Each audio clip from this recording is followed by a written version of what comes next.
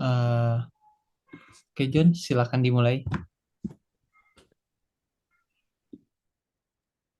Oke, sekali lagi, halo, suaraku kedengaran? Dengeran Kak. Oke, itu paling ada break di tengah-tengah soalnya ternyata pensilnya rada lowbat. Jadi kalau perlu charge bentar nanti paling jadi sesi tanya jawab aja.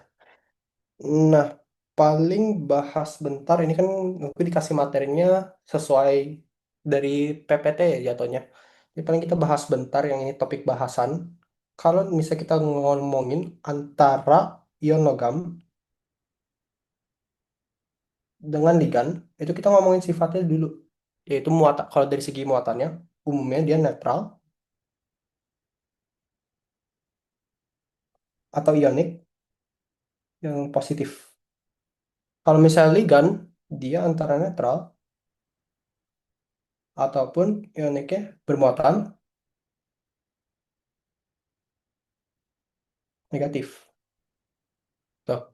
Nanti untuk sekarang mungkin bagian satu, nanti kalian bahasnya bagian yang ionik aja untuk ion logam ya. Jadi pusatnya itu hanya netral, karena kita bahasnya itu lingkupnya kompleks Werner, misalnya yang kobalt, amina, atau ligan-ligan aqua dan lain-lainnya. Kalau misalnya kita bahasnya ligan yang netral atau ion logam yang netral, itu nanti kita baru dianggapnya di organologam, di mana nanti ini hanya terjadi jika ligan itu sangat kuat atau dia itu sangat bisa menarik elektronnya, dia sifatnya piasetor gitu. Kalau untuk yang dibahas di bagian satu harusnya yang umumnya pi donor atau sigma donor. Gitu. Jadi paling kalau dari segi muatan, ion logam itu yang positif dan ligan itu yang negatif. Karena balik lagi ke definisi ikatan kompleks, kita punya ligan mendonasikan PeB-nya atau mendonasikan elektron.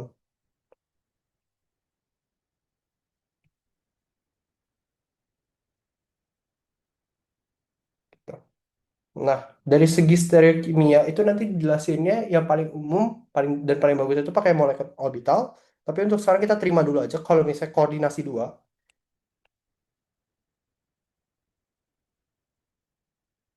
dua umumnya dia sifatnya linear. Kalau misalnya empat, yang akan dibahas itu ada dua tetrahedral dan segi empat planar. Terus terakhir kalau koordinasinya 6 itu dia oktahedral. Nanti ini bisa dijelasin dari beberapa jenis pendekatan. Yang paling umum itu paling dari valensi dulu. Misalnya kalau ini jadi sp32d, D2. Atau kalau tetrahedral itu sp3 yang umum gitu. Jadi bisa dijelaskan dari itu atau nanti bisa dijelaskan juga dari orbitalnya. Kalau misalnya kita ngomongin sp3, sp2d itu kan ngomongin orbital hibrid. Ada juga kita ngomongin teori medan kristal di mana kita anggap, misalnya anggap lingkup ini pusat kita, muatan pusat kita di mana ini muatan logam. Kalau misalnya kita dalam lingkungan oktahedral, kita itu anggap ada point charge di setiap sumbu kita, setiap kutub. Di sini ada satu muatan negatif, ya, negatif, negatif, negatif, negatif, negatif. Yang mana itu adalah ligan yang mendonorkan pasangan elektron bebas. Jadi awan elektron di sekitarnya itu yang ada di antara ini yang milik ion logam akan lebih cenderung untuk terdestabilisasikan karena jatuhnya kita punya elektron yang sudah didonorkan dari ligan dan juga elektron pada orbital yang pada sumbu atau elektron yang berdekatan. Jadi akhirnya untuk kompleks oktahedral jadi dapat splitting di mana yang pada sumbu atau yang berdekatan dengan medan elektronnya, muatan negatifnya, dia itu kan terdestabilkan. Itu ada dz kuadrat dan juga dx kuadrat min y kuadrat. Dan yang berada antara sumbu, dia akan tidak terlalu terdestabilisasi, yaitu DXY, DYZ, dan D Z, kembali, sorry, YZ dan DXZ. Tuh.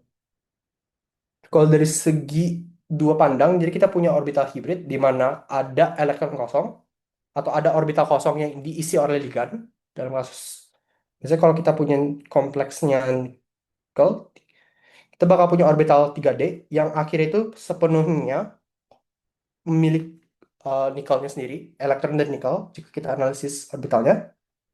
Nanti kita juga punya orbital-orbital kosong di 4s dan 4p. Dan ini yang akhirnya jadi mixing untuk membuat medan tetrahedral atau segi empat planar kita. Kalau dari segi valensi gitu.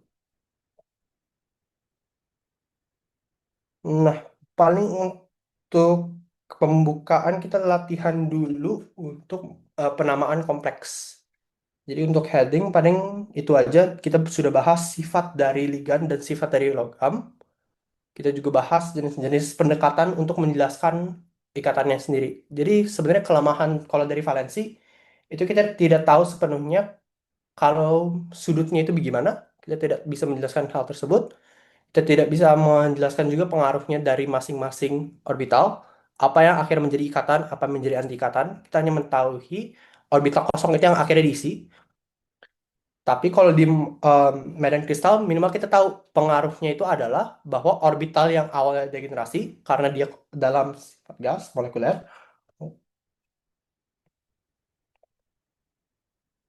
saat mengalami medan eksternal, yaitu dari ligan-ligannya, dia itu akan mengalami splitting. Karena akhirnya pada sumbu, elektron-elektron ataupun orbital kosong pada sumbu itu menjadi tingkat energi yang lebih tinggi dibandingkan kalau mereka pada antar sumbu. Gitu. Balik lagi, kalau misalnya kita ke tata nama, sebenarnya yang cara yang paling mudah itu kita analisis dulu apa aja yang ada di dalamnya. Jadi kita punya namanya, kita bagi-bagi menjadi beberapa bagian, yaitu tetraamin. Jadi kita punya NH3 dan 4. Baru sekarang kita ke diaqua. Dia itu H2O, ada 2. Kita punya liga logamnya, tembaga, Cu2+, dan sulfat. Gitu. Umumnya kompleksnya itu akan menjadi antara koordinasi 4 atau koordinasi 6. Jarang kita bahas kompleks koordinasi 2 untuk di awal-awal gitu. Jadi disatukan aja. Kita tahu bahwa ini sulfat ini kemungkinan besar bukan sebagai ligan tapi sebagai counter ion gitu. Jadi jatuhnya kita mendapatkan nyawa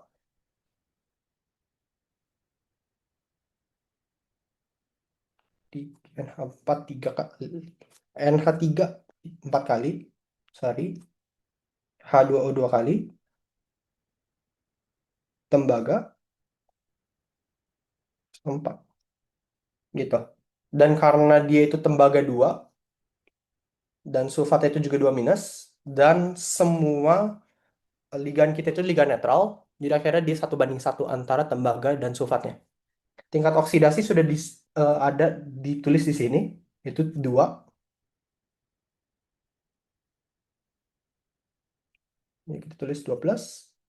Dan kalau bilangan koordinasi balik lagi kita hitung aja, aminnya ada tetra atau 4 ditambah dengan di aqua atau 2 air.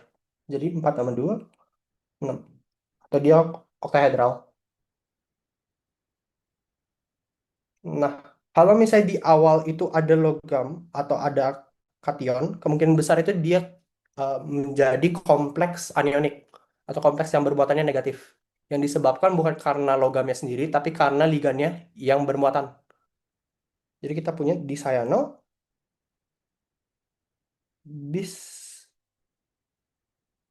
bisoksalato, dan ferat sebagai kita. Kita isi dulu.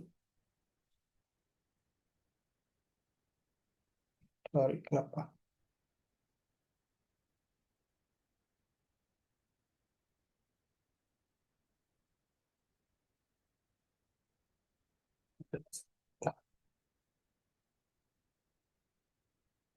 Nah, kita punya natrium sebagai counter kationnya. Baru di sini ada dicyano, berarti dia itu Cn2 bis oksalato, tulis oks saja. Bis itu juga nama lain dari dua jika kita mau ngomongin ligannya bidentat atau yang polidentat. Terus besi 3. Jadi kita punya muatannya itu 13. Dan bilangan koordinasinya, perhatikan kalau oksalat itu dia ligannya bidentat.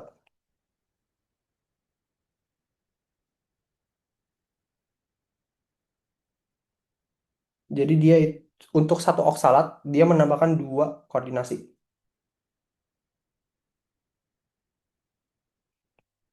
Jadi kita punya total ada 2 di sini.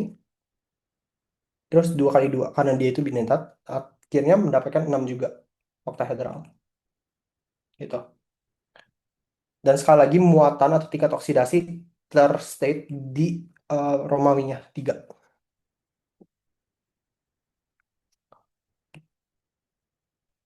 Terus lagi ada triamin. Terpisah-pisah aja. Kalau ada awalan itu berarti adalah ligan baru atau komponen baru. Jadi sekali lagi ada triamin, ada kloro, etilen diamin, dan kita punya kromium. Dan satu lagi iodida.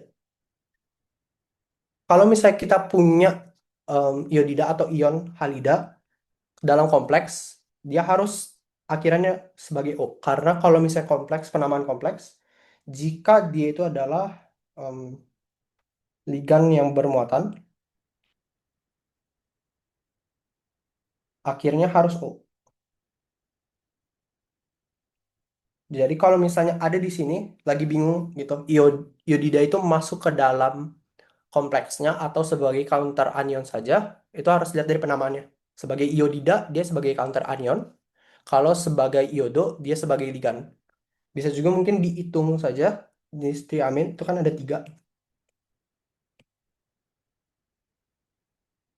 Jadi kita punya H3 kali kloronya sebagai satu Cl aja.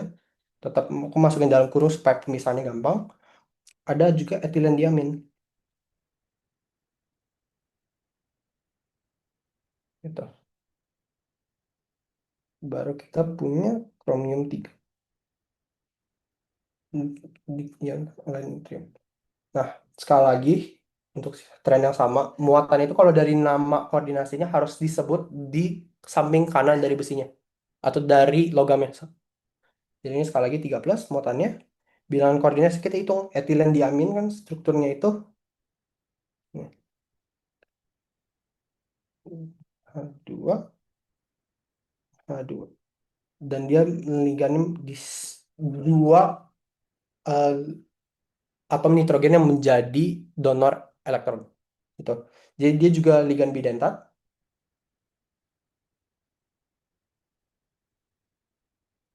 dan kita punya totalnya itu menjadi 3 dari triaminnya tambah kloro atau tambah 1 tambah dengan 2 juga sama 6 oktahedral juga gitu. Oke, amonium itu berarti dia itu bukan sebagai ligan karena dia itu sekali lagi bermuatannya positif 4 plus. Balik lagi ke karakter ligan, kita harus antara netral untuk pi aseptor misalnya karbon monoksida dan ligan-ligan lainnya yang dia itu masih bisa netral dan juga yang lainnya itu umumnya bermuatan negatif karena dia harus mendonorkan elektron kepada ion pusat. Baru kita dapat tetrakloro. Ini karena kloro belakangnya ada akhiran O, berarti dia itu sebagai ligan dan juga palada sebagai um, ion logam pusat kita. Jadi sekali lagi kalau penulisannya amonium yang 1 tetrakloro, berarti ada Cl-nya 4 dan paladat itu sama aja kayak palladium, tapi karena dia bermuatan negatif, ujung dari penamaannya menjadi diakhiri dengan A. Karena dia adalah em, kompleks bermuatan positif, -1. Gitu. Untuk bilangan oksidasi sendiri, tapi dia paladiumnya itu hanya palladium 2. Jadi bedakan antara muatan kompleks dan muatan logam, dan tingkat oksidasi logam tepatnya.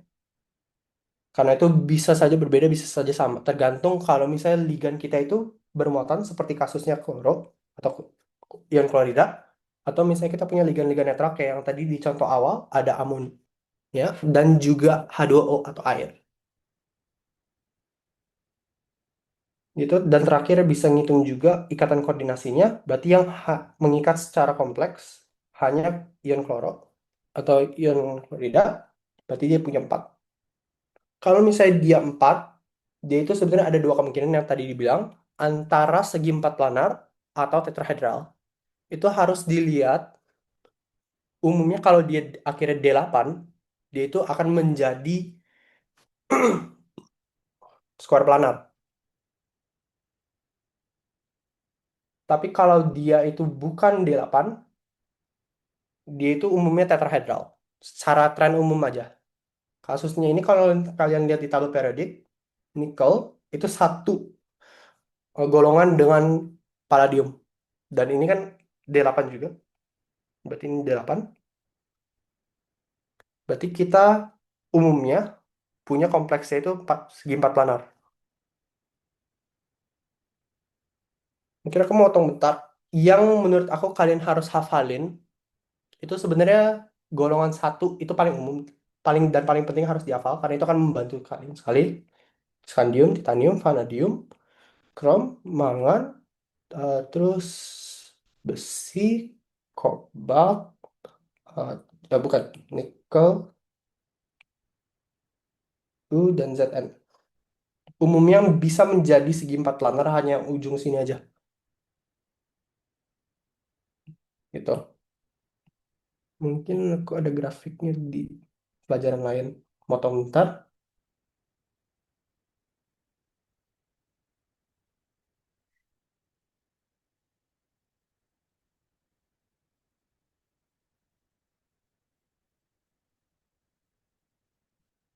Nah, ini dia. Kalau misalnya ini tuh grafik ngomongin tentang jumlah elektron dari orbital D-nya dibandingkan dengan energi penstabilannya. Jadi kalian perhatiin aja untuk yang di sini, grafiknya ini. Jika kita punya koordinasi 8, yang mungkin kalau misalnya dia ligan dalam ligan kuat atau strong field, dia itu octahedral. Jika misalnya dalam em, yang strong field lainnya, dia juga bisa menjadi square planar. Tapi kalau dia weak field, lebih mungkin supaya menjadi square planar yang paling tidak stabil, gitu. Dan kalau kita bandingin lagi dengan tetrahedral, ada tetrahedral dan square planar. Kita lihat di bagian D-nya, tetrahedral itu hanya terjadi di atas sini.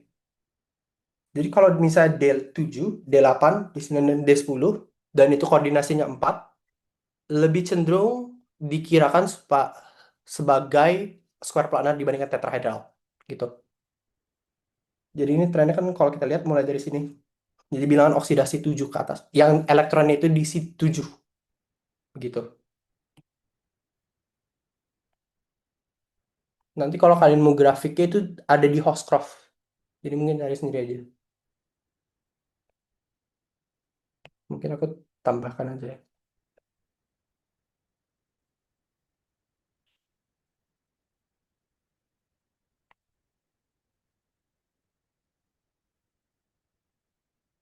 Oh, kalau ada yang nanti buka PDF-nya lagi. Gitu. Jadi balik lagi untuk latihan soal. Mungkin hafalin golongan satu, golongan 2 itu lebih opsional. Lebih baik iya karena akan membantu kalian kalau lagi ngejawab soal. Kalau nggak ada cheat sheet-nya. Tapi kalau nggak juga, kalau kadang-kadang lupa juga masih maklum. Karena kalau lagi dalam ujian atau lagi dalam pressure juga kadang-kadang emang suka lupa. Titanium, RH, P, palladium, Ag sama kadmium. Gitu. Jadi paling hafalin ini berdua aja. Nanti kalau golongan-golongan lebih bawahnya lagi, umumnya yang ada di singgung itu paling platinum, emas, sama iridium kadang-kadang. Sehingga aku di contohnya juga ada sama osmium. Yang belakang-belakangnya lagi aku jarang lihat kalau di kasus LTKK. Jadi paling ini aja yang harus dihafal. Yang paling penting itu golongan atau baris satu dari logam transisi gitu.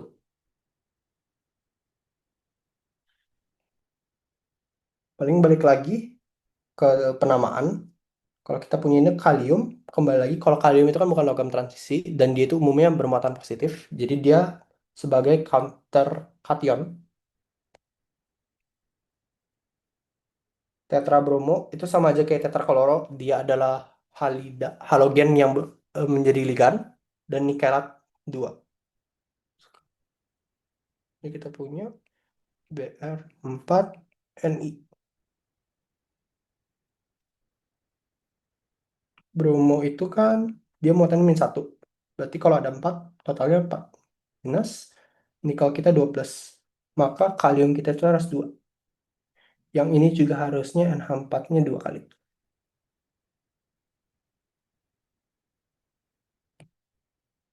Agar dia kan kompleks totalnya netral. Gitu. Jadi kalau misalnya dari segi bilangan oksidasinya nikel 2 plus, tapi kalau dari bilang muatan kompleksnya dia 2 minus. Karena bromo itu masing-masing mendonasikan muatannya -1 dan nikel itu hanya muatannya +2 berdasarkan penamaannya sendiri yang dari kata-katanya. Dan sekali lagi kita lihat kalau sebelumnya nikel itu satu golongan sama palladium dan dia itu koordinasinya 4, ada 4 ion bromin. Jadi kita punya umumnya square planar. Ini dari segi tata nama dan juga penentuan eh, bilangan koordinasi dan geometri, ada yang mau ditanya dulu nggak?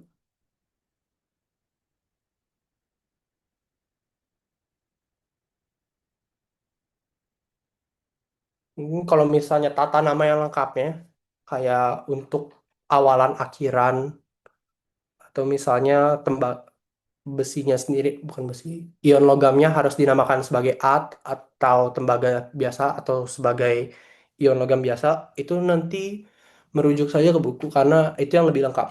Jadi kalau ini kan hanya beberapa contoh aja. Misalnya amonium jadi amin.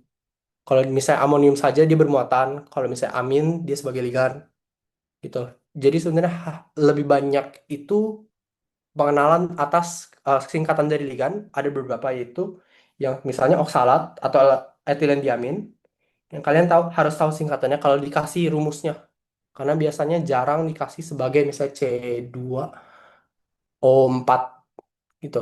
Itu jarang. Tapi umumnya kalau oksalat OX, etilen diamin EN, dan harus tahu juga dia itu akhirnya liganya bidentat atau enggak.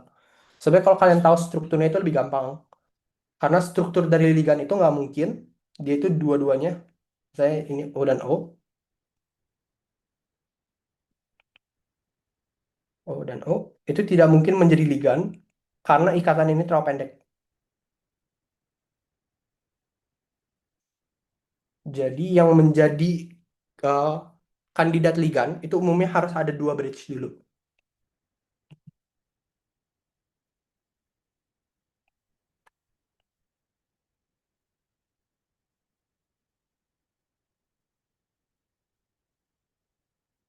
Oke, tadi dalam kasus etilen diamin, kalau misalnya digambarkan pas lagi menjadi ligan kan begini.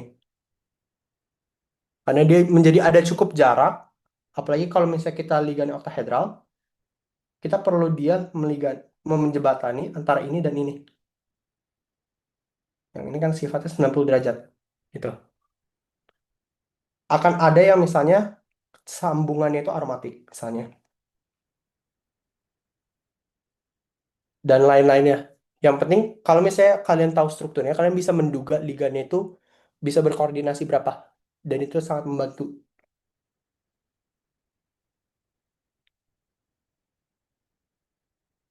Nah, sekarang mungkin bagian berikutnya itu kita ngomongin tentang crystal field stabilization energy. Jadi kan kalian kalau di kelas harusnya sudah bahas kalau kita punya oktahedral.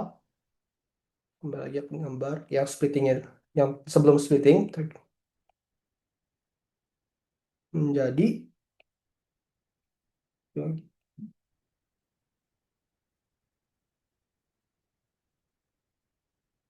ya 2G dan EG, atau yang tadi kalau dideskripsikan masing-masing orbitalnya, dx kuadrat min y kuadrat, dz kuadrat, dxy, dxz, dan dyz.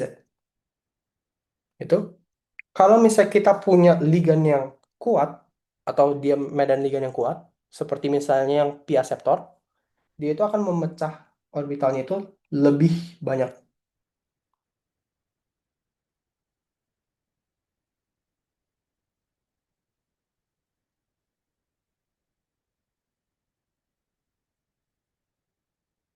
Enggak. Kalau misalnya dia cukup terbelah, akhirnya elektron yang di sini atas menjadi lebih stabil sebenarnya di bawah. Walaupun akhirnya dia perlukan energi untuk memasangkan kepada elektron lainnya. Jadi anggapnya setiap kali kita ada em, pengecetan antara yang weak field yang harusnya dia terpisah menjadi pada strong field yang dia menjadi berpasangan, itu kita mendapatkan energinya terstabilkan secara orbital atau secara medan, tapi terdestabilkan secara berpasangan dengan elektron di orbital yang sama, gitu.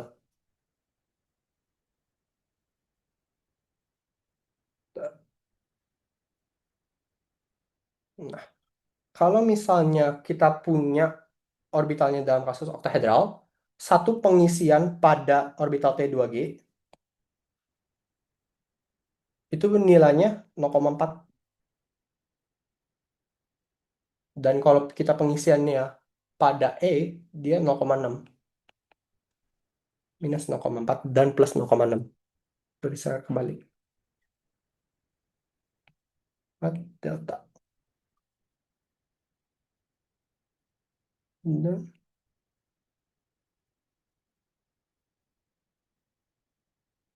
0,6 gitu. Nah, berarti sekarang kita menentukan saja. Kalau misalnya kita tahu dia itu weak field, kita isinya seperti kalau dia terpisah. Kalau misalnya dia strong field, kita isi bergabung. Nah, itu kita tentukan dulu misalnya karakter ligannya. Ini misalnya iodo, pi, donor. Maka dia weak field. Kalau dia cyano, umumnya strong field. Hmm,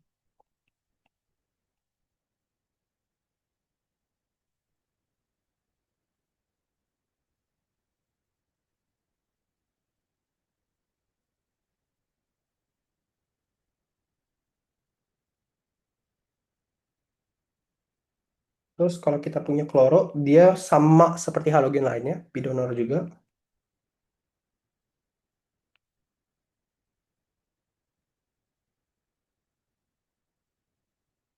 Ya, high spin. Kalau misalnya kita punya karbon monoksida, dia itu pi akseptor, jadi umumnya low spin. Terakhir, kalau kita punya CS atau cyano, kita punya dia akan memiliki dua sifat. Jika dia terikat pada S atau sulfur, atau jika dia terikat pada N.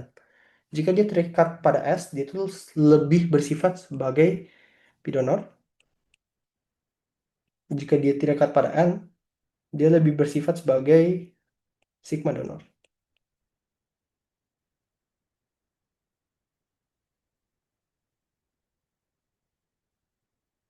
Gitu.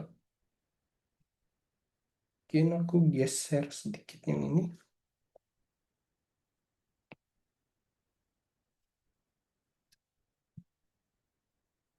Nah, em, aku juga baru perhatiin, ini kan kompleksnya itu tetrahedral.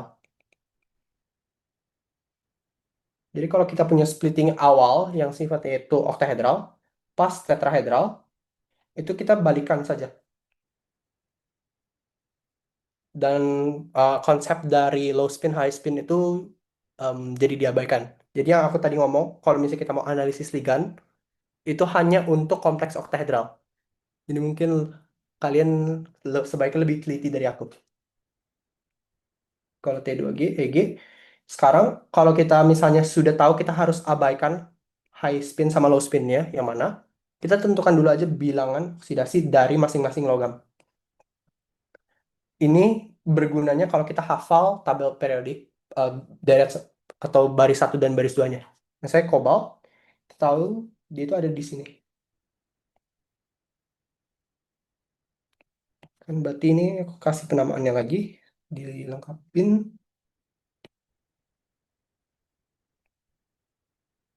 Kita punya kalau dalam bentuk ionnya dia menjadi ini, D4, D5, D6, D7, D8, D9, D10, dan ini sama juga. Ini aku tulisnya itu kalau misalnya dia pengisiannya sudah tidak dalam fasa gas. Jadi kan kalau misalnya dalam fasa gas, kita diisinya harusnya mengisi 4S dulu, baru mengisi lagi 3D. Tapi kalau misalnya kita ngomongin tentang kompleks, itu kan sudah dalam medan ligan atau medan elektromagnetik.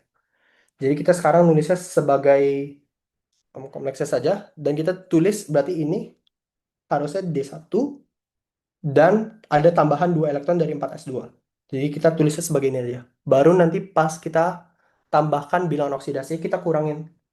Nah, mungkin aku contohkan dalam versi kobalt, kan ini 2 minus, muatan totalnya itu adalah 2 minus, maka karena iodo itu masing-masing 1 minus, kita punya kobaltnya itu 2 plus. Maka dari D9 kita kurangin 2, 1, 2. Kita punya D7 atau 7 elektron yang mengisi orbital D dari kobalt. Baru kita isi saja misalnya 1, 2, 4, 5, 6, 7. Gitu. Baru diisilah masing-masing ini. Itu menjadi, aku kebalik nih penamaannya. T2G, EG. Masing-masing ini menjadi 0,4. Tapi kalau yang tadi kita punya delta oktahedral, ini kita sebut delta tetrahedral atau delta T. Dan sign juga kebalik.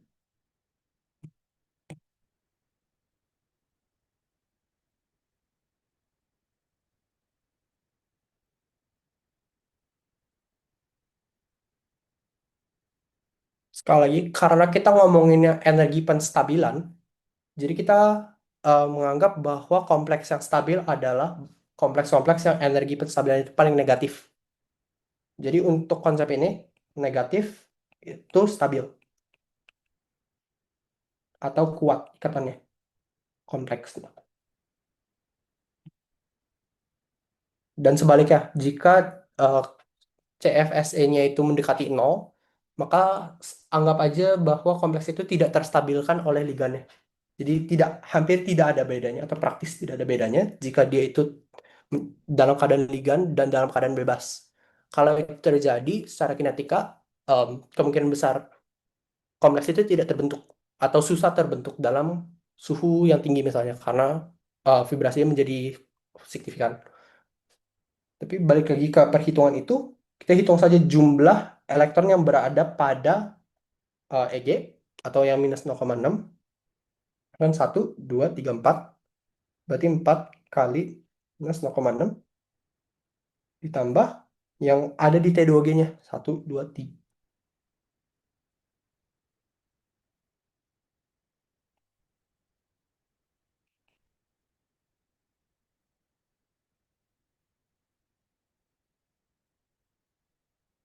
Gitu.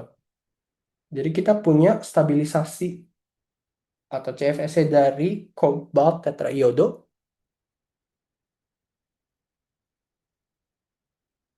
Bukan tetraiodo kobaltat 2 itu adalah minus 1,2 delta T. gitu. Karena dia itu tidak ada konsep low spin high speed, kita tidak usah tambahkan misalnya energi untuk mengikatkan atau memasangkan kedua elektron. Jadi tidak ada energi pasangannya. Beda kalau nanti mungkin ada contoh yang hedral. Itu akan menjadi perhitungan jika kita ada yang dipaksa untuk mengikat, kita tambahkan satu P atau tambahkan satu energi pemasangan. Nilainya itu nilai eksaknya tidak akan dibahas, tapi akan ada faktor tersebut gitu. Hmm. Nah, ya. Jadi ini kobalt 2 plus. Sekarang kita bahas Zn. Cn itu kan ligannya itu bermuatan -1. Dia itu isostruktur dengan uh, karbon monoksida. Tapi karena dia nitrogen dan proton itu kurang satu, dia itu akan bermuatan jadi -1. Kita punya jadi Zn ini itu adalah kompleksnya +2. Jika tanpa kita tidak melihat ini ya, sorry, bukan +2, -2. Maka sama lagi, kita punya Zn-nya itu karena di 1 Cn-1, kita punya Zn+2.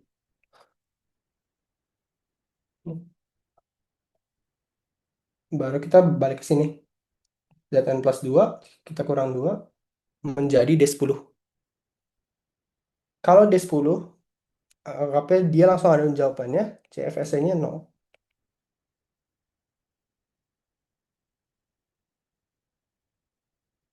0.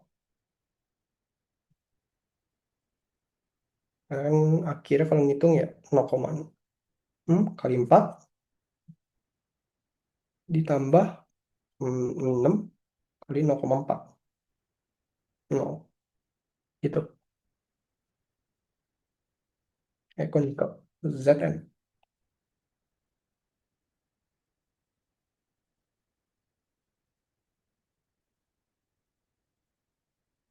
Kalau misalnya kita coba untuk tetraklorotitanat, kita punya sama halnya lagi sama yang contoh kedua,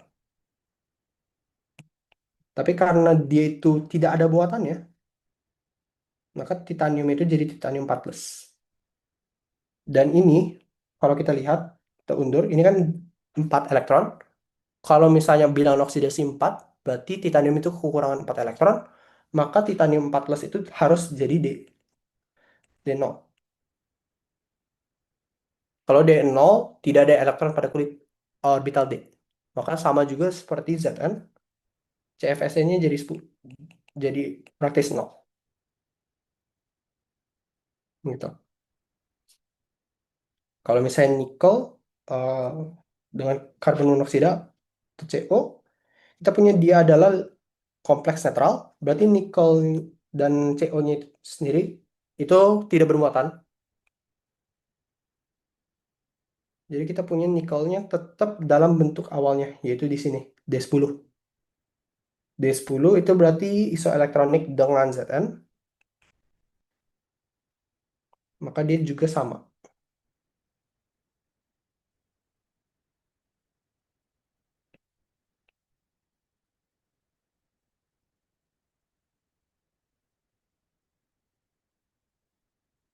Kalau misalnya kobalt, dia akhirnya jadi kobalt 2 plus juga.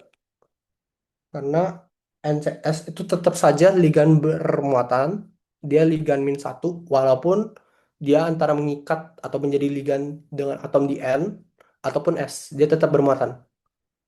Jadi yang dilihat kayak contoh sama persis di contoh satu, di mana kita punya 4 ligan yang bermuatan, -1, dengan muatan total kompleksnya itu -2. Jadi kita punya kobalt 2 plus. Sama seperti yang di soal A. Kalau sampai di sini ada pertanyaan nggak?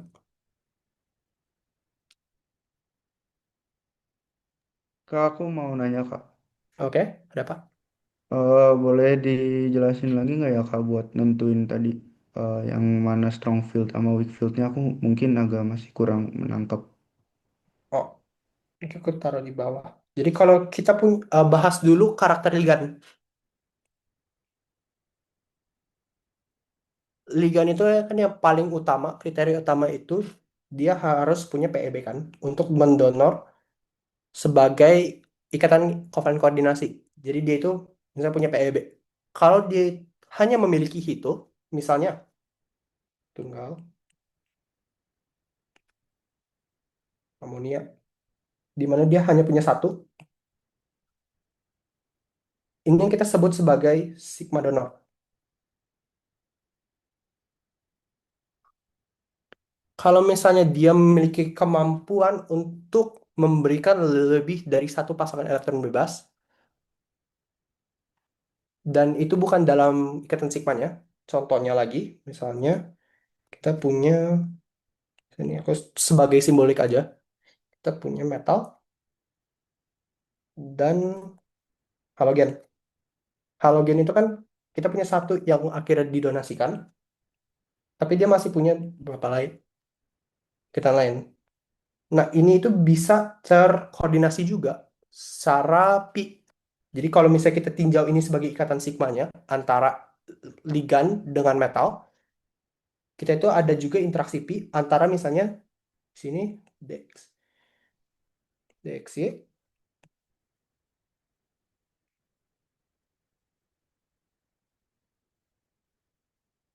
dengan orbital yang di halogen kita. Ini kan bisa berinteraksi secara pi. Ini yang kita namanya nanti sebut antara pi back bonding. Ataupun kalau pi back bonding itu jatuhnya mungkin aku kasih klarifikasi.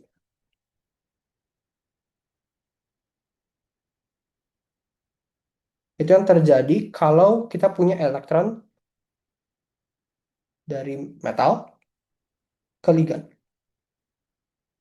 Kalau yang terjadi dalam kasus ini itu sedikit berbeda, di mana kita punya elektron dari ligan yang ke orbital D di metal. Ini sifatnya mendestabilkan. Mungkin aku ada di house graph ya. Terus,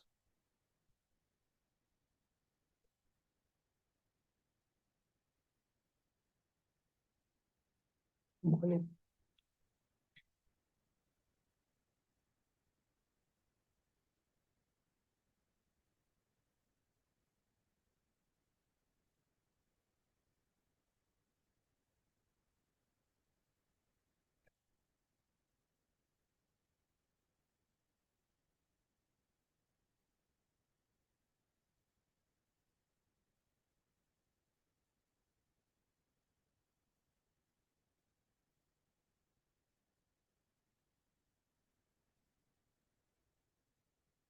Dia.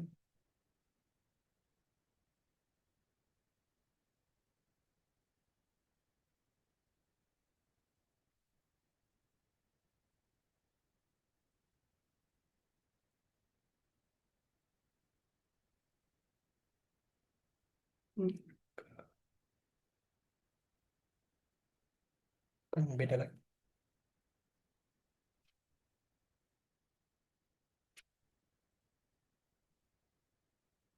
Aku lupa halamannya di mana. Kalau kalian ada yang tahu, mungkin bisa kabarin biar lebih cepat nemunya. Apa ini? Nah, iya, ini dia. Nah, kita punya dua kasus. Kalau misalnya kasus yang ini, yang sekarang ada di screen, kita punya orbital antibonding dari ligan yang kosong. Kalau misalnya di atas, kita punya orbital pi-nya yang occupied, atau dia orbital bonding untuk ligan kita sendiri, bukan dari ikatan metal dengan ligan, tapi untuk ligannya sendiri, itu adalah orbital pi yang kosong, yang terisinya dia. Gitu. Kalau misalnya orbital pi dari ligan kita terisi, akhirnya dia bisa berinteraksi dengan orbital D juga. Karena dia memiliki simetri yang mirip T2G dan T2G. Dalam kasus ini, akhirnya orbital T2G kita yang ada di ikatan kompleks, ini balik lagi, kalau misalnya kita lihat splittingnya, ini kan, ini yang kita misalnya T2G dan EG. Kalau misalnya dia sudah terikat oleh ligan, secara yang oleh orbital pi dari ligan yang sudah occupied, karena ini anggap saja ini punya ligan kita. Jadi ini yang punya metal. ada tolak menolak antara kedua orbital. Jatuhnya antara EG dan T2G itu menjadi lebih dekat. Atau makanya itu kita sebut dia sebagai weak field. Karena akhirnya delta oktahedralnya itu menjadi lebih kecil akibat dari T2G antibondingnya itu menjadi lebih dekat kepada EG antibondingnya. Gitu. Kalau dari situ paham dulu untuk yang ini contoh kasusnya berarti misalnya Cl minus karena dia orbital p-nya terisi penuh. Kayak gitu dari penjelasan itu paham nggak? Aman, Kak. Aman.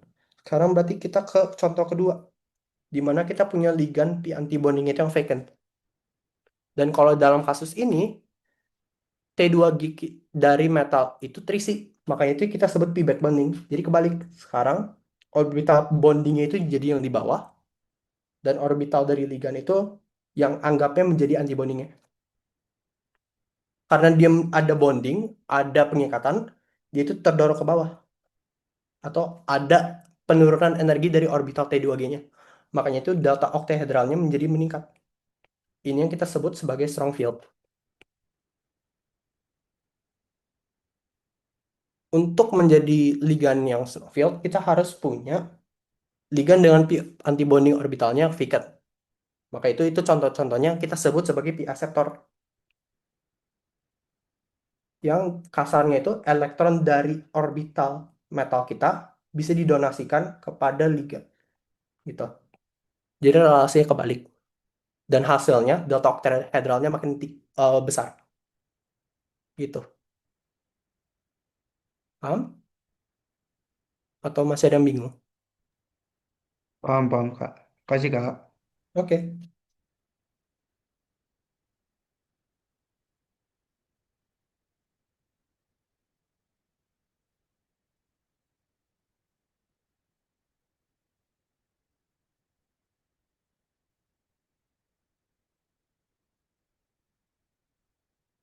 Mau mastiin aja deh, Raffi Arif.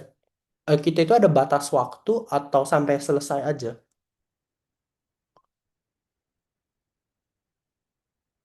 Atau ada yang tahu nggak?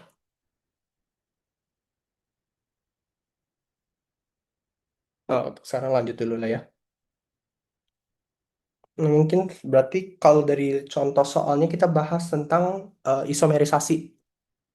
Jadi kan kalau misalnya kita punya ligan oktahedral, itu nanti ada beberapa jenis isomerisasi.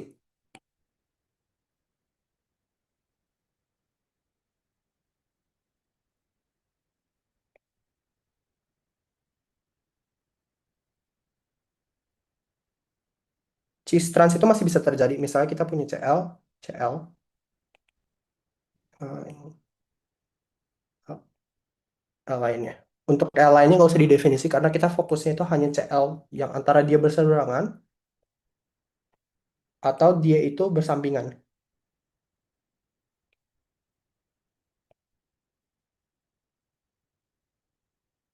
Gitu.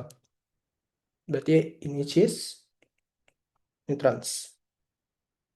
Ada lagi jenis yang berbeda yaitu facial dan meridian. Atau dia kita bilang fatnya dan mer. Contoh ini tuh kalau misalnya CL-nya itu ada 3. Jadi kalau misalnya facial, anggap saja dia itu membuat bidang muka. Saya CL-nya di sini. 1, 2, dan 3. Ligan-ligan sekali lagi tidak difokuskan. Ini yang aku bilang sebagai membuat bidang di permukaannya atau di oktahedronnya. Kalau misalnya kita punya meridian, CL-nya itu 2, 3, kita punya bidang yang melewati pusat. Itu yang disebut sebagai meridian. Ini adalah dua isomerisasi yang ada secara cis atau trans atau facial meridian untuk kompleks oktahedral.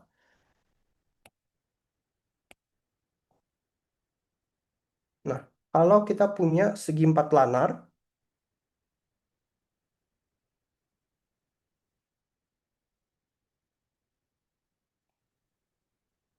itu sama lagi kita punya cis trans. Balik lagi pakai contohnya CL aja supaya konsisten.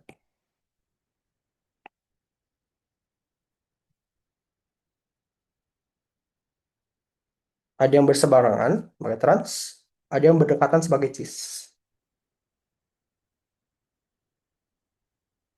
Gitu. Nanti sekarang kita lihat dulu aja. Kalau misalnya kita punya ikatannya itu kromium bis asetonato di aqua, kita punya dia itu cis, berarti asetil aseton itu kan dia ligan bidentat. Sekali lagi kita analisis, kalau kemungkinan besar ini dan ini menjadi atom donornya, karena dia sudah memiliki cukup jarak untuk membuat sudut 90 derajat antara ikatan koordinasinya. Ini cukup gitu. Jadi lebih mungkin dia itu sebagai ligan bidentat. Nah, berarti kita punya kompleksnya itu koordinasinya 4 dan 2 oktahedral.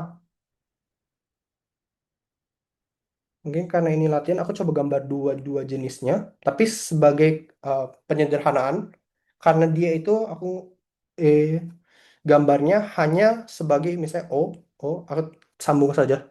Ini sama aja kayak kalau aku gambar O, O disambung gitu.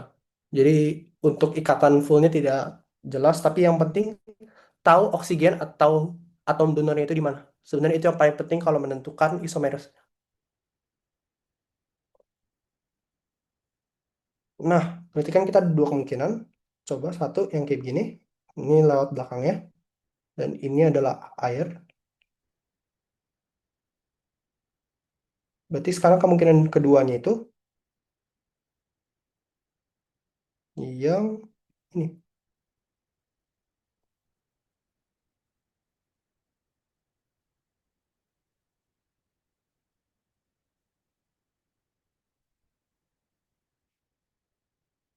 Karena kita lihat itu ligan yang sama, dan yang paling mudah dilihat dalam kasus ini itu adalah air. Mungkin aku pisah supaya tidak terkepung.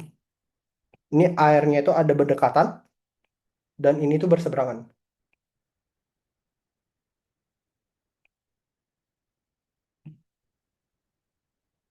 Berarti kita punya yang cis, makanya yang ini, yang kita gambar. Gitu. Dan ini yang trans.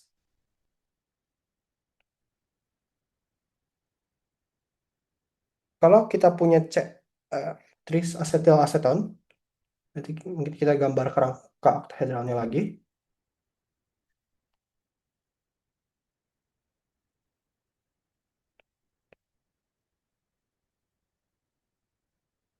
Kita bakal punya isomer cermin karena dia secara teknis itu chiral.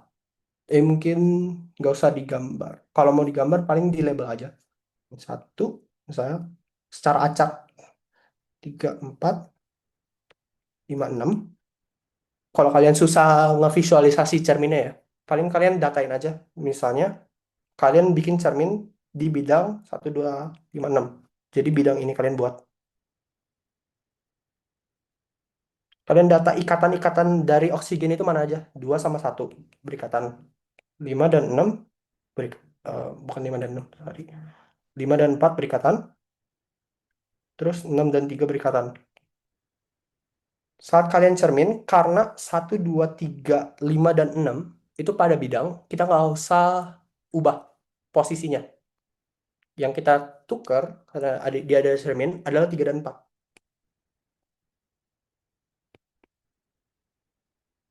Sekarang, ini jadi 3 dan 4.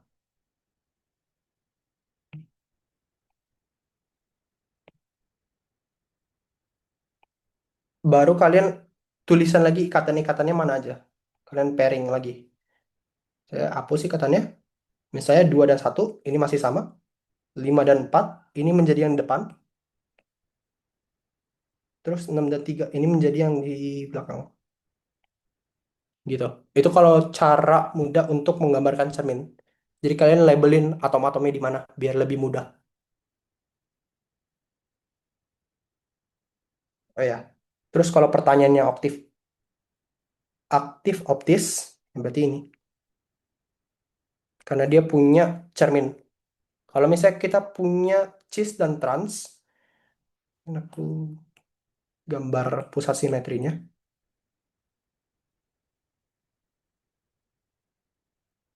Yang cis atau yang trans dulu, kita punya bidang cermin di sini. Kalau misalnya yang trans, yang cis, aku balik terus ngomongnya. Kita punya bidang rotasi di sini. C2, sigma, gitu.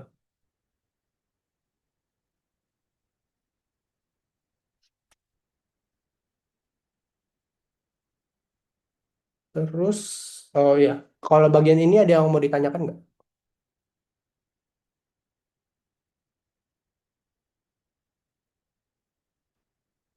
Kalau nggak, aku lanjut dulu ya. Kalau ada yang mau tanya, motong aja nggak apa-apa.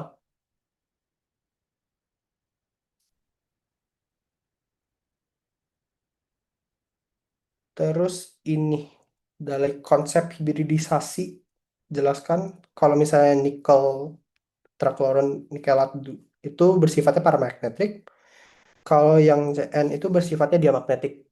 Ini sebenarnya balik lagi kalau lebih gampangnya jelasinnya sih pakai splitting itu ya.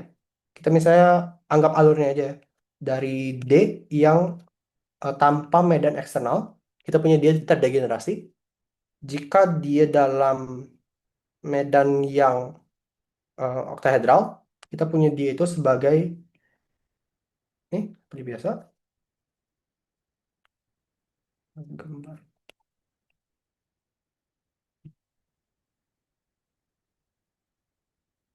Jika kita punya sekarang, anggap aja kita punya oktahedral.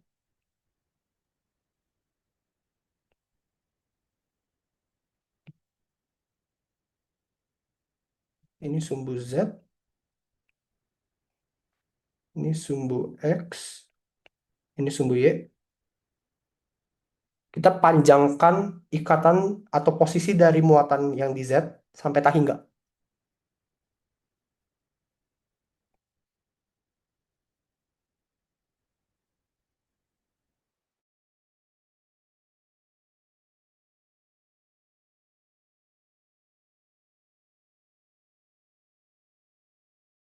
Kita tambahkan dia sebagai medan oktahedral. Kita punya splittingnya dz kuadrat dan dx kuadrat min y kuadrat di atas. Di sini xy, dxz, dan dyz. Itu kan anggapnya kita punya yang pada sumbu itu jadi terdesabilkan. Nah, kalau misalnya kita beranjak dari oktahedral menjadi square planar, itu sama aja atau ekivalen dengan jika kita memanjangkan ligan yang pada sumbu Z menjadi tahingga. Jadi sama aja kayak efek dia itu sudah diabaikan, maka dz kuadrat itu akan turun karena tolak menolak dari ligan sudah hilang. Sama dengan dxz, sama dengan dyz.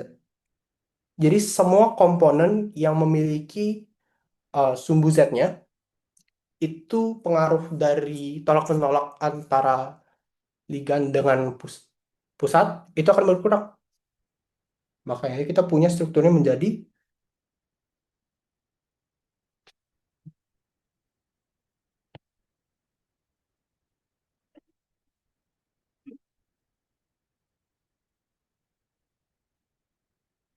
hal yang perlu diperhatikan, pengurangan dz kuadrat itu sampai dia flipping dengan dxy. Jadi dxy justru yang di atas dan dz kuadrat yang di bawah. Jadi ini tukar tempat. Dan terakhir dx kuadrat min y kuadrat. Tuh. Jadi ini adalah medan tetrahedral kalau kita anggapnya turunkan dari medan oktahedral. Gitu. Sekarang kebalikannya sama tetrahedral. Untuk tetrahedral, jelasin secara singkat, mungkin flippingnya kebalik aja. Di mana dz kuadrat dan dx kuadrat min y kuadrat itu tidak tepat pada sumbu metal dengan ligan. Jadi sekarang kita punya kebalik. 3 dengan 2.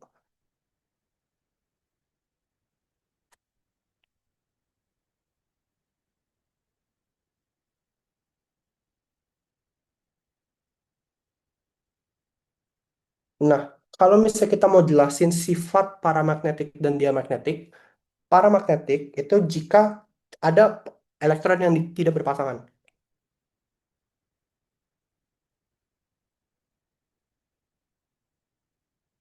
ekuivalen tunggal. Jika kita punya dia magnetik,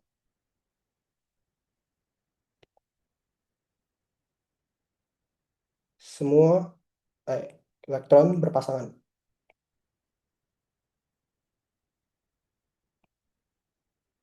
Jadi sekarang kita lihat aja cara pengisiannya. Kembali lagi, ini kita punya tetrakloro, berarti nikelnya itu 2 plus. Kita lihat balik lagi, tulis aja. Biasanya kalau dalam ujian, enaknya itu untuk ditulis jadiin row, biar nanti nggak harus mikirin. Jadi sekarang kita lihat aja, nikel akhirnya D10, karena dia oksidasi, bilangan oksidasi plus 2, menjadi D8. Pada beda untuk sekarang. Jadi D8. Makanya sekali lagi, D8 itu yang rentan untuk memiliki dua konfigurasi atau dua geometri antara square planar dan tetrahedral. Jadi sekarang kita punya dua kemungkinan. Nikel, kalau misalnya kita isi di sini, yang tetrahedral, yang punya 8 elektron, dan dia itu pasti terisinya tidak ada strong field weak field. Pasti akhirnya terisi berurutan. Kita punya 1, 2, 3, 4, 5, 6, 7, 8. Kita punya dua elektron tidak berpasangan. Makanya itu nikel dalam bentuk tetrahedral, nikel 2 plus dalam bentuk tetrahedral, paramagnetik. Jika kita coba isi pengisian yang sama, 1, 2, 3, 4, 5, 6, 7, 8, tidak ada elektron yang tidak berpasangan, maka dia magnetik. Mau tulisnya dia sama para aja. Nah, sekarang kita bandingkan lagi. Kalau misalnya nikel, tetrakloronikkelat itu bersifat paramagnetik. Kita sudah lihat yang paramagnetik itu yang tetrahedral. Maka strukturnya tetrahedral. Jika dia itu dengan Cn, kita itu bersifat diamagnetik, maka berstruktur segitiga 4 planar. Gitu. Perbedaan antara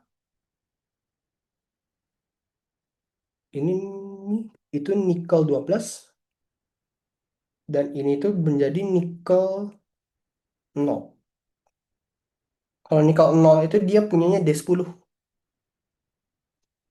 Mungkin ini sebagai D8. Kalau nikel 0 berarti dia D10. Perbedaannya pasti kalau D10 semua orbital D itu sudah terisi, maka dia tidak mungkin menjadi paramagnetik.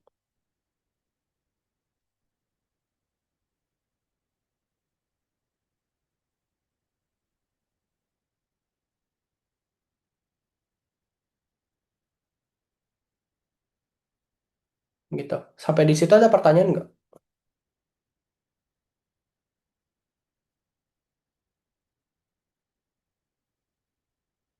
Oke, kalau masih tidak ada, mungkin lanjut aja.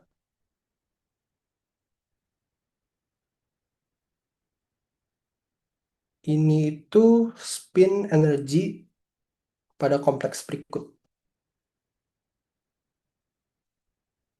Bentar, spin yang dimaksud. Lupa, lagi mikir. Oh, spin crossover. Jadi kita analisis dulu, seperti biasa. Mungkin sambil membantu melatih. Asetil asetonato, itu kan yang tadi. Yang ligannya itu seperti ini. Kalau dalam bentuk ketoenolnya, kita punya bentuk keton dan bentuk enol, minus. Ini yang umumnya sebagai ligan, tapi bisa aja dia masih dalam bentuk di ketonnya. Jadi ini ada kemungkinan menjadi ligan netral juga. Jadi hati-hati aja kalau ada asetil kalau ada ini bukan asetil aseton, aku kebalik, sorry, ngeblank. Asetil, benar.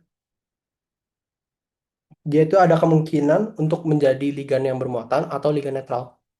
Tapi umumnya sebagai ligan bermuatan. Gitu. Jadi ini kita punya titanium 3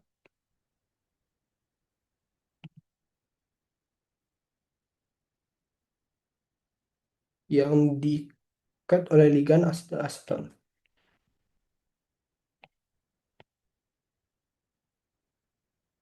Gitu. Kalau dihitung nilai spinnya, sebenarnya kita lihatnya itu hanya titaniumnya aja. Ti itu kan, apalagi kita sudah tahu dari namanya sendiri titanium 13, maka balik lagi ke sini kita punya D1 karena dia awalnya kalau dalam keadaan titanium 0 dia D4, dia sebagai muatan 13 jadi titanium D1. Maka dia pasti hanya ada satu elektron gitu. Coba dulu untuk yang lainnya. Kalau misalnya spinnya nanti kan dari jumlah elektron yang tidak berpasangan. Mungkin untuk sekarang kita nentuin dulu jumlah elektron yang tidak berpasangan untuk masing-masing dari dari logam pusatnya. Ya sekarang kita punya ini V dengan DDPD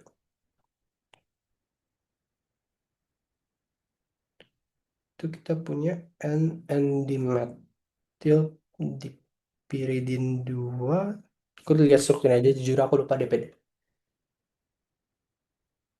Kita punya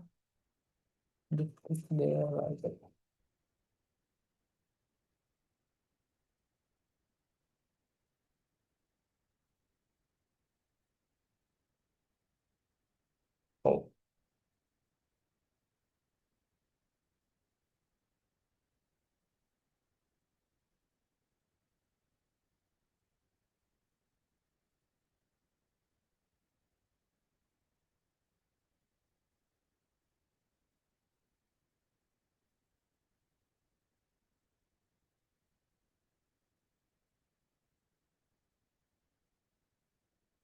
enggak itu di metil, bukan di vinyl. Itu pasti nah,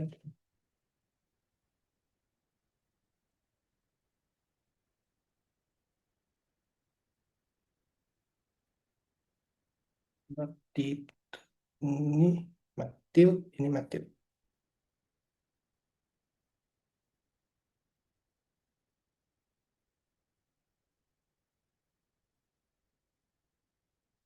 Hmm. Pemilikannya kayak gitu.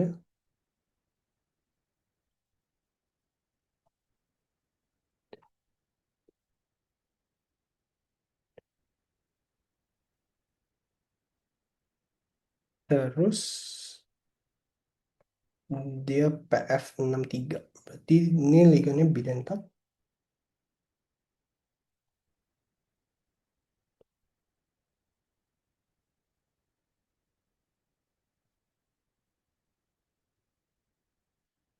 Bukan ini deh. Ini yang salah. Hmm. N di metil, N aksen di piridin, 2 YL piridin di amin. Jadi kita punya ada aminnya dulu. Yang ikat metil.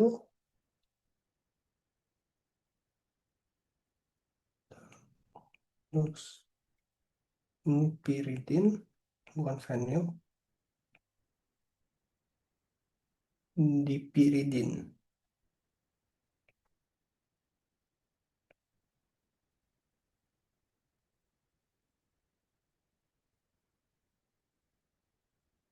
Terus karena di metil di piridin, ya piridin berarti ada 3. N piridin juga.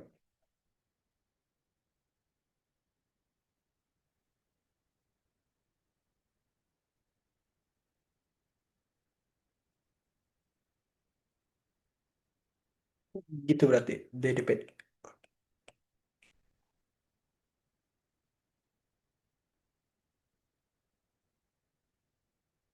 Yang pasti itu dia adalah ligannya netral. Kalau PF6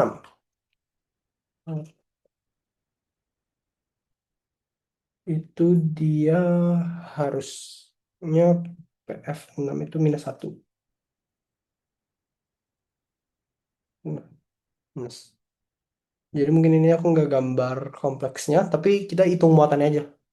Kalau DDPD itu netral, Jadi kalau berdasarkan strukturnya dia tidak mempengaruhi bilangan oksidasi. Kalau PF6 itu dia bermuatan -1. Makanya kita punya vanadiumnya karena dia itu ini adalah dua kelompok. Dan ada satu kurung, dua kurungan. Jadi kita punya VDD-PD2 itu dia harus muatan itu 3+ untuk menyamakan muatan dari counter anionnya. Jadi karena DDPD sendiri netral, kita punya V-nya itu V3. Balik lagi ke sini, kita punya kalau dalam keadaan netralnya atau keadaan vanadium 0 dia D5. Kalau dalam 3+, maka dia itu D2.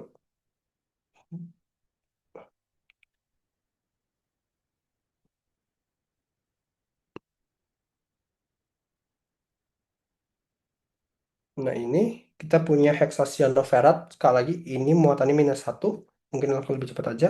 Natrium itu A+1. Dan ini sebenarnya baru ada juga, udah ada ditulis ferrat 2. Jadi kita langsung bilang aja besi 2+. Balik lagi ke atas, kita punya awalnya D8 menjadi D6.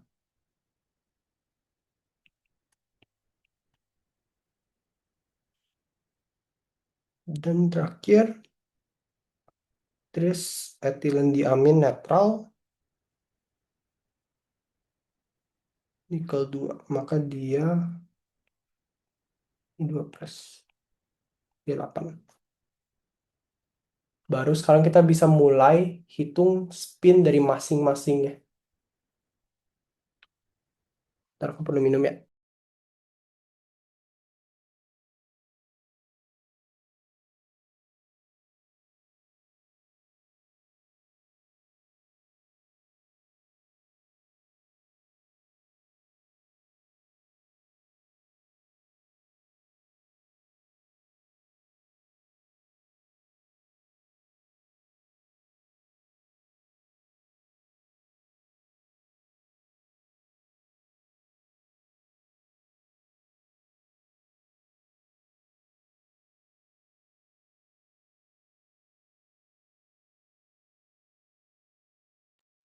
Oke, sorry. Dan jadi punya rumus moment. Itu nilai spin elektron. Berarti kita mau mencarinya itu kalau nilai berarti kekuatan itu momen magnet ya.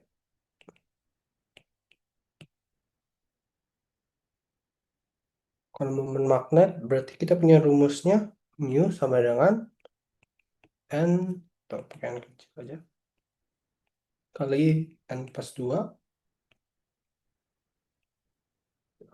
pangkat setengah. Di mana n itu elektron jumlah, min tidak berpasangan.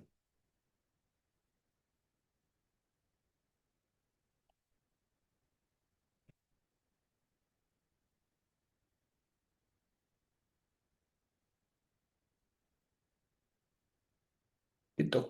Jadi kita tentuin aja, kalau tadi kan D1, satu elektron tidak berpasangan. Maka kita masukin N sama dengan 1. Kita punya D2,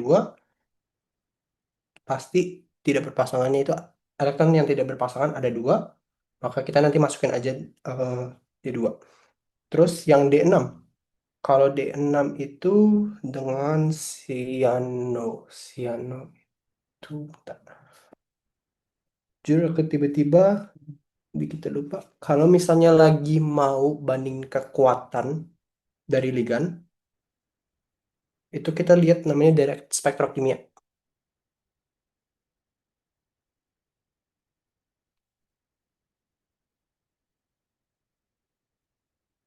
Atau spectrochemical series. Typo.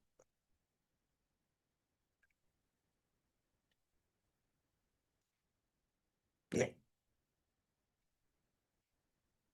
Di mana yang paling kiri atas, yang iodo, bromo, gitu, itu adalah ligan-ligan yang lemah atau dia weak field.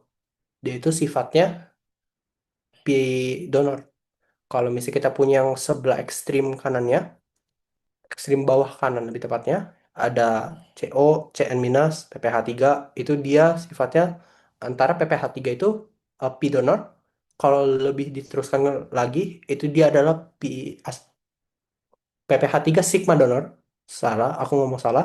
Terus Cn dan CO itu pi asetor gitu. Kalau cyano itu tergantung dia itu mengikat ke N atau ke C, ke S atau ke N.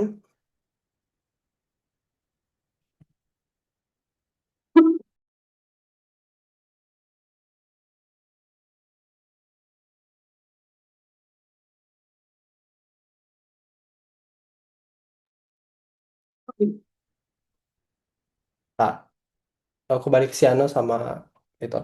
Yang sorry, mungkin udah malam ya.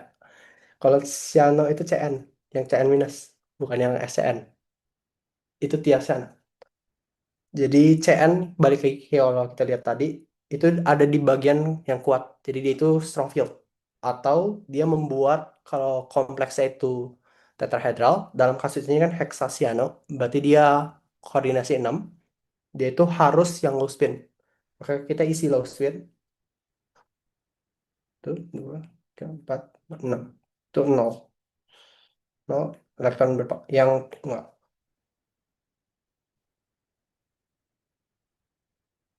gitu.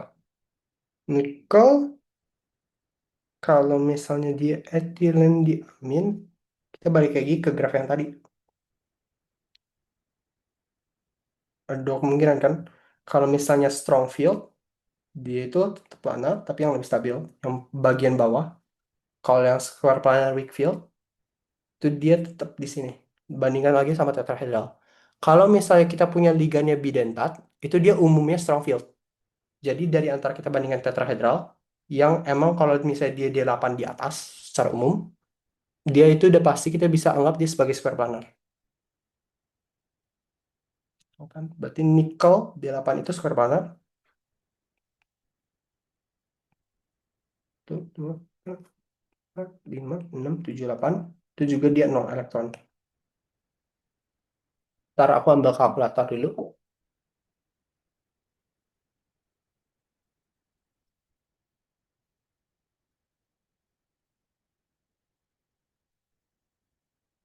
Jadi sekarang kita hitung masing-masing dengan rumus yang udah aku tulis. Yaitu untuk titanium 1, 1 plus 2, akar 3. Kita punya 1,73.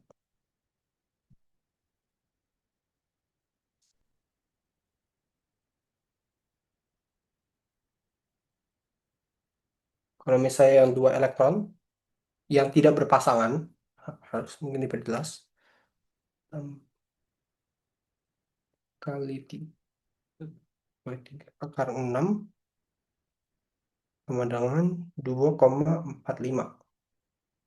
Yang sisanya ini karena dia 0 elektron berpasangan, maka pasti mu sama dengan 0. Gitu.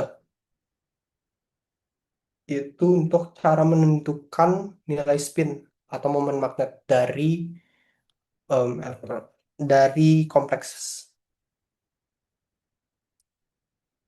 Sekarang jelaskan perbedaan orbital ikatan, orbital anti-ikat, orbital non-ikat pada kompleks oktahedral. Mungkin kita secara prinsip dulu. Kalau misalnya kita ada yang simetri sama, kita punya orbital dengan simetri sama, maka mereka bisa berinteraksi.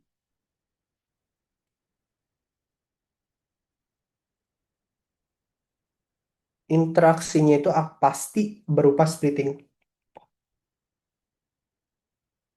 Jadi akan misalnya ini dua orbital dengan simetri sama, itu akan menjadi satu, membuat orbital ikat dan anti ikat. Kalau dari segi nilai energi, jika elektron menempatkan pada orbital anti ikat, dia akan mendestabilkan atau nilai positif. Sebaliknya, jika elektron menempati orbital ikat, dia itu menstabilkan dari sistemnya atau di energi negatif. Jadi misalnya mungkin aja ini batas nolnya lah sebagai kualitatif saja. Nah, kalau misalnya non bonding itu jika simetrinya jauh, bukan jauh tapi tidak sama. Jadi mungkin kita balik lagi ke buku ini. Kalau di ada orbital lengkapnya ya. The Lunar Panjang.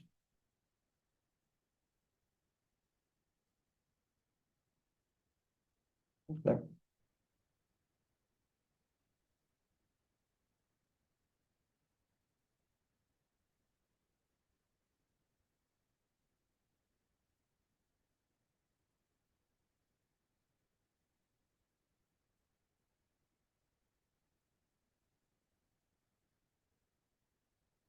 ini contoh yang bagus di sini. Nah, ini aja. Kalau misalnya kita punya sistem metal dengan ligan, kita kan pasti cocokan yang simetrinya sama dulu. Misalnya Eg dan T2G, Eg, T2G. Yang tidak berpasangan itu akan berada pada lingkungan yang sama. Dalam kasus ini tuh T1G dan T2U. Itu karena tidak ada pasangan. Di sini hanya T1U dan A1G. Itu yang akhirnya membentuk pasangan ikat. Misalnya ini A1G, A1G antibonding. Tuh. Yang akhirnya tidak ada berpasangan, itulah yang kita sebut orbital non-bonding. Karena dia itu tidak terlibat dalam ikatan. Kenapa? Kalau misalnya simetrinya itu beda, dia itu menjadi non-ikatan, itu karena anggapnya polarisasinya sangat cancel. Kalau misalnya kita punya yang sama, positif dengan positif, negatif dengan negatif, karena akhirnya kita bisa menjadikan dia eh, fungsi gelombangnya pada waktu dia berpipisan atau berpatan, amplitudenya itu besar. Kalau misalnya kita punya fasanya yang berbeda, dia saling cancel. Nah, simetri yang sama itu memastikan fasanya itu akan sama di semua tempat atau beda di semua tempat secara bersamaan. Kalau misalnya kita punya simetri yang beda, dia itu akan clash. Ada yang sefasa, ada yang beda fasa. Dan karena sifat dari orbital itu sendiri, pasti yang saling cancel atau yang positif dan negatif di satu tempat dan fase positif negatif di satu tempat itu akan menghasilkan netnya nol atau yang disebut non bonding gitu. Jadi NB itu jika simetri beda.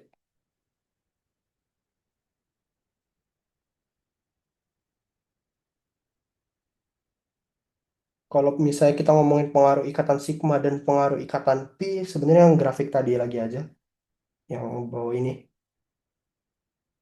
Kalau misalnya dia ikatan pi, ada dua kemungkinan, pi yang terisi atau pi yang kosong. Kalau pi yang terisi itu kita sebut sebagai pi donor. Kalau pi kosong dari ligan ya, kita sebut sebagai pi akseptor. Hubungannya sama delta oktahedral yang tadi dijelaskan. Gitu. Ini grafik. Terus kalau misalnya C, mengapa ligan halida termasuk ligan pi donor? Sekali lagi karena dia itu penuh. Ikatan atau orbital P-nya dia itu sudah penuh. Sehingga saat dia berikat dengan orbital D, DXY dengan misalnya PX, dia itu akan membuat yang namanya pendonoran dari orbitalnya ligan ke orbitalnya pusat. Terus kalau ligan karbonnya termasuk ligan pi akseptor, sebaliknya kita kalau tinjau molekular orbital dari N atau CO itu dia akan memiliki pi antibonding yang kosong dan itu akan membuat interaksi yang kayak tadi lagi. Terus kalau disuruh gambarkan diagram MO dari hexacyanokromat dan hexafluorokromat. itu balik lagi ke sini juga. Di mana yang CN, CR dengan CN itu yang akhirnya dia pi akseptor, CR dengan F itu yang pi donor.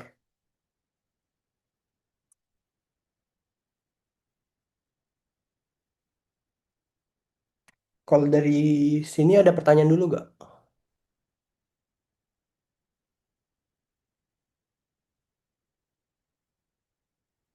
Kalau masih enggak, mungkin kita ke bagian terakhir. Ini isomer juga. Kita identifikasi dulu, berarti kan ini Cl-nya ada dua. Cl ada dua, dan H3 ada dua, terus pusatnya itu platinum. Dan dia itu, kalau di sini kompleks netral, kalau misalnya kompleks bermuatan ada simbolnya. Maka kita punya berseberangan, maka dia trans.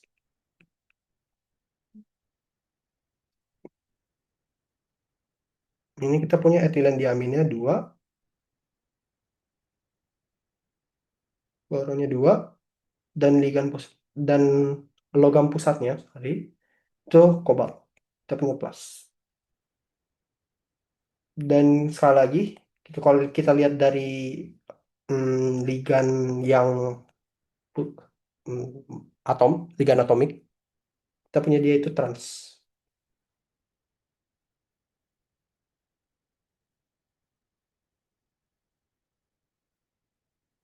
Kalau yang ini juga dia itu cis.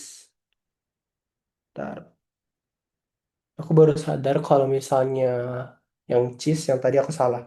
Cis nggak ada C2 di sini karena nanti dia ke flip ikatan yang ini.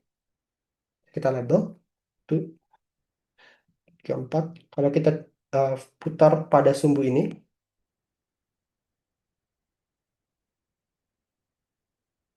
dia itu akan menjadi berbeda.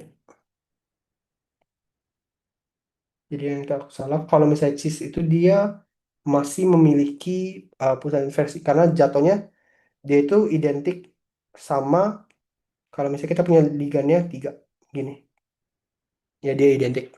Anggap saja Cl dan Cl ini jadi link. Karena kan kalau dalam kasus yang kita bahas tadi, kita menggunakan hal yang sama. Jadi ini sekali lagi, kita kalau analisis hanya ramanya saja, kita menentukan aja ligan yang atomik yang antara berseberangan atau berdekatan. Berarti dia cis. Dan ada dua etilen diamin, dua ion kloro, kobalt. Kobaltnya itu plus 3 supaya untuk informasi.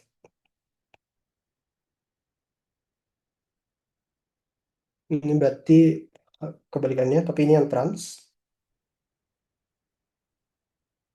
Kalau misalnya ini kita punya antara fasial dan meridian. Nah, gambar bidang-bidangnya. Ada bidang antar muka dan bidang yang melewati ion logam. Berarti ini yang fasial. Sekalian isi dulu karena ini pertama kali. PMP atau trimetil ini itu ada tiga. Terus kita punya trikloro juga. Dan ion logamnya itu tritium. Gitu. Kalau yang satu, ya kita punya berarti dia itu meridian. Ya, dengan jenis-jenis ligan dan pusatnya sama. Ya, aku nggak usah tulis lagi. Gitu. Jadi kalau disebut mana isomer yang lain, kita ada ini dan ini berhubungan antara isomer fasial dan meridian.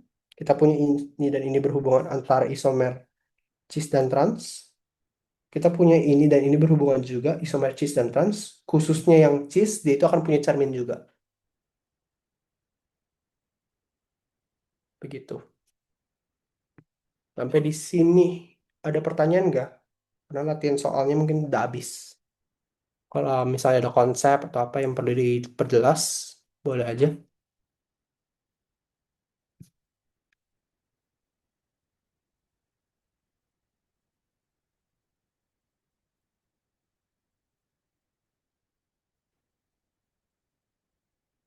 Gimana?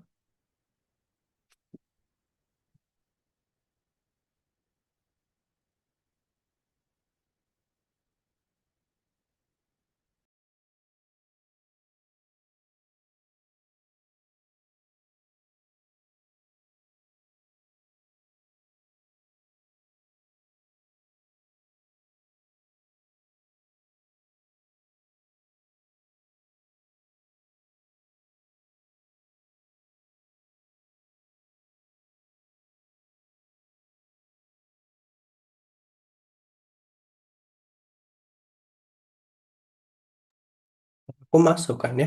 Halo?